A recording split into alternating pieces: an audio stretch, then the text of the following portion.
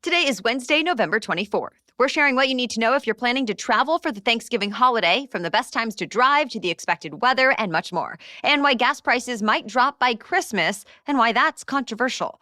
Plus, which celebrity is going to space next, who was nominated for the most Grammys this year, and which stores are going to be open or closed for last-minute Thanksgiving shopping or holiday deals.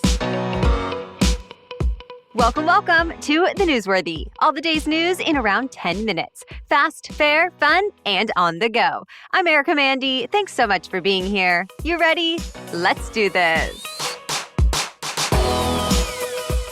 For a lot of Americans, today kicks off a busy Thanksgiving weekend. AAA put out a report that says nearly 53.5 million people plan to travel over the next few days. That's a 13% increase from last year, and it brings the total number of travelers close to pre-pandemic levels.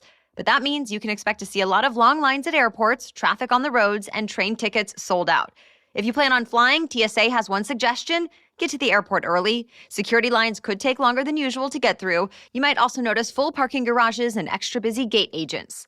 Oh, and don't forget to pack your mask. They are still mandatory in all airports for everyone older than 2 years old. For all the drivers out there, you should expect traffic, especially in those big metro areas. AAA says roads will be the most congested in New York City, Atlanta, Chicago, Houston, and Los Angeles. In those places, people are likely to deal with more than 3 times the usual delays.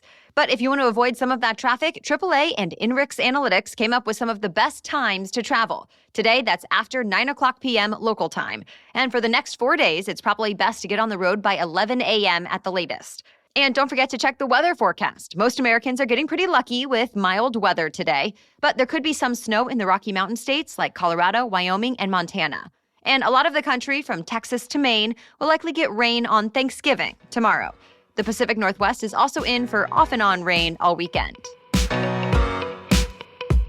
Another thing you'll probably notice if you're taking a road trip this holiday: high gas prices. They're up 61% from this time last year, but there could be some relief coming soon. This week, President Biden told the Energy Department to release 50 million barrels of crude oil from the country's emergency reserves. China, India, Japan, Korea, and the UK will also tap into their reserves. It's a coordinated effort specifically meant to drive down fuel prices. Not everyone is on board, though. Critics say the reserve is meant for emergencies and to protect America's energy security, not to help people save a few bucks at the pump. And oil companies say the better, more long-term solution would be to focus on pumping more oil. Either way, the reserve oil will not be helping in time for the Thanksgiving rush. It will actually be a couple weeks before the barrels hit the market. But it's expected to give Americans at least some relief at the pump in time for Christmas and New Year's. Then the White House says it will restock the reserve oil in the next few years. In a groundbreaking case, an Ohio jury decided to hold big-name pharmacies accountable for the opioid crisis. It said Walgreens, CVS, and Walmart recklessly distributed pain pills, playing a hand in overdose deaths. This was the first verdict for pharmacy companies involving the opioid crisis, so it could set a precedent for thousands of similar lawsuits still working their way through the courts. In this case, lawyers for the local governments who sued say pharmacies turned a blind eye to countless red flags about suspicious opioid orders. And because of that, pills ended up in the wrong hands. But the pharmacy chain's lawyers say their clients were not at fault. They say it was doctors who controlled how many pills were prescribed, and that when pharmacists had concerns, they told authorities like they're supposed to. Now, CVS, Walgreens, and Walmart all say they will appeal.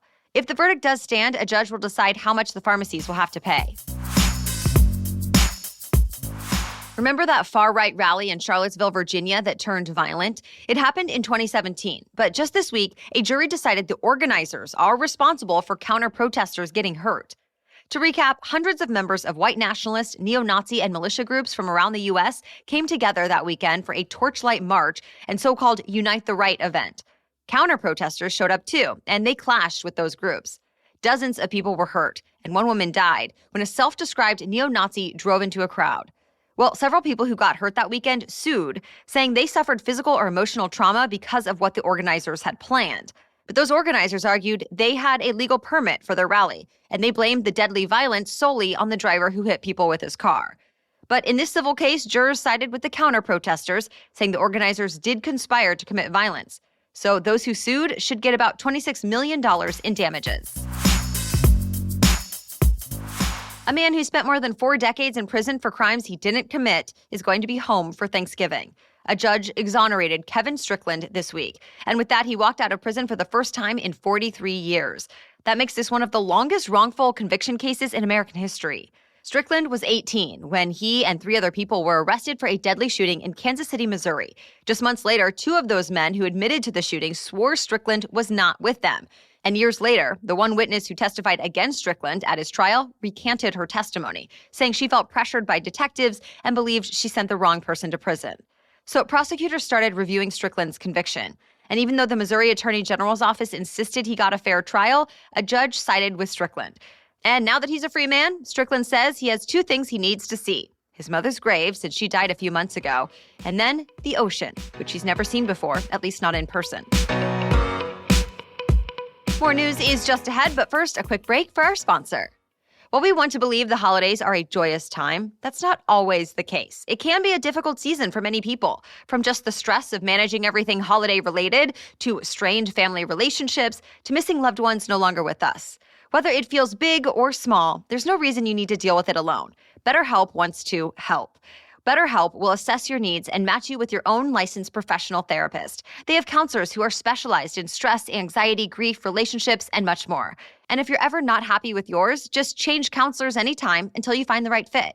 You always connect in a private online environment. Whether you're texting, talking on the phone, or connecting on a video call, it's secure and confidential and helpful. It's even more affordable than traditional offline counseling, and financial aid is available. I want you to start living a happier life today. As a listener, you'll get 10% off your first month by visiting betterhelp.com/newsworthy. Again, that's betterhelp, HELP.com/newsworthy.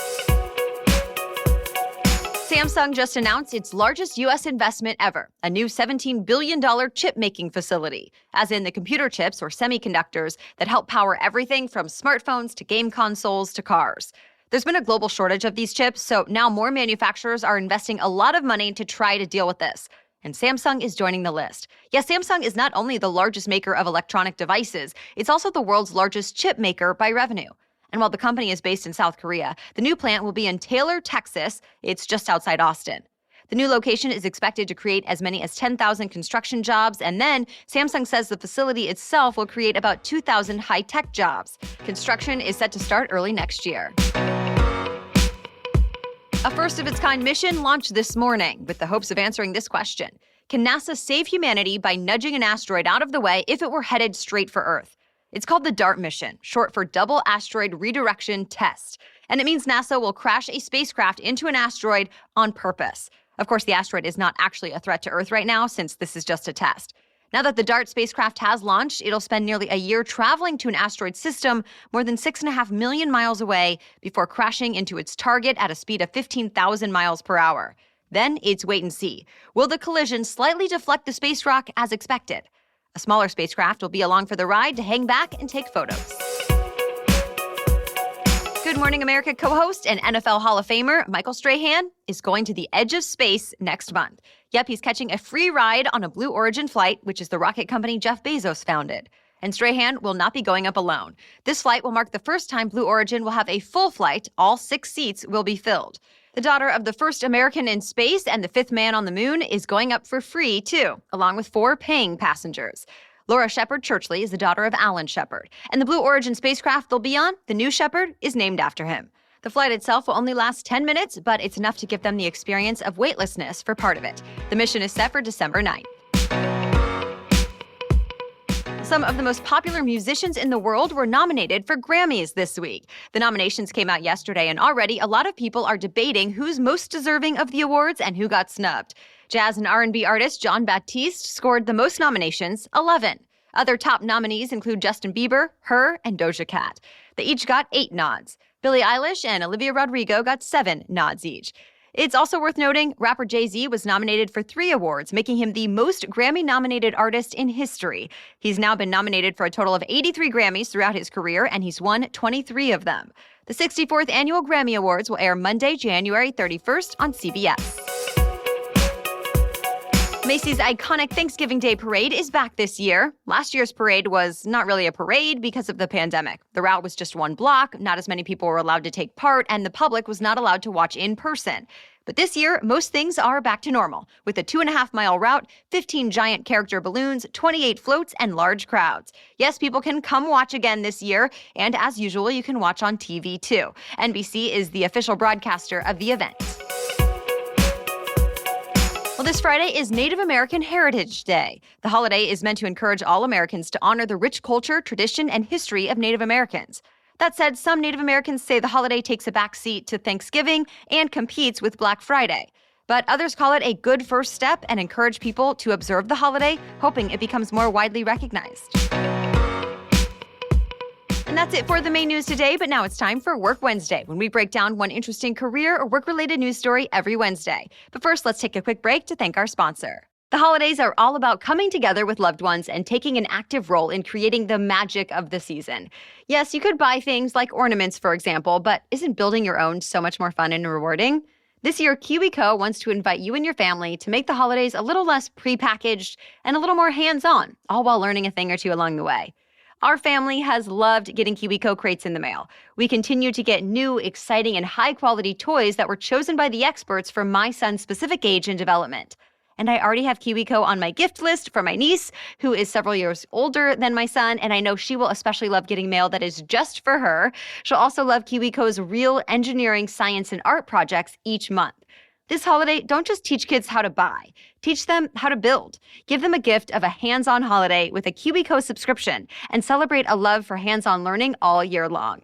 Get 50% off your first month plus free shipping on any crate line with code NEWSWORTHY at kiwico.com. That's 50% off your first month at KIWICO, kiwico.com with the promo code NEWSWORTHY. Now back to Work Wednesday. A lot of retail workers are getting tomorrow off, and that means last-minute ingredients for your Thanksgiving feast might be hard to come by.